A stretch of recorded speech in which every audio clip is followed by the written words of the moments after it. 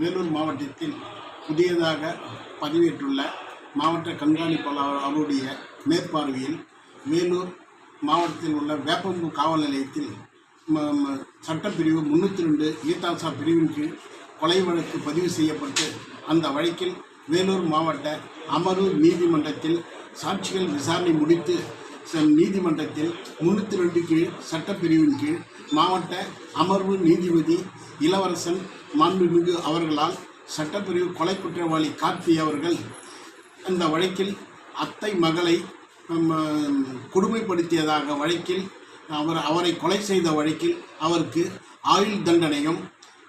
அபராதம் 10,000 விதித்து தீர்ப்பு வழங்கினார். தீர்ப்பு வழங்கிய பிறகு கொலை குற்றவாளி ஜெயிலுக்கு அனுப்பப்பட்டார்.